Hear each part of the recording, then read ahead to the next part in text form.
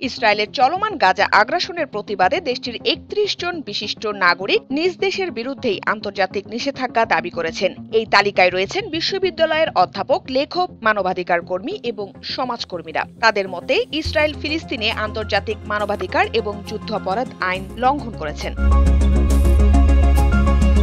এক যৌথ বিবৃতিতে তারা জাতিসংঘ এবং আন্তর্জাতিক সম্প্রদায়ের প্রতি আহ্বান জানিয়েছেন যেন ইসরায়েলের বিরুদ্ধে অস্ত্র নিষেধাজ্ঞা, ভ্রমণ নিষেধাজ্ঞা এবং অর্থনৈতিক অবরোধ আরোপ করা হয়। বিশেষ করে গাজায় নিরীহ মানুষের উপর চালানো বর্বর হামলার প্রতিবাদে এই পদক্ষেপ জরুরি বলে মনে করছেন তারা।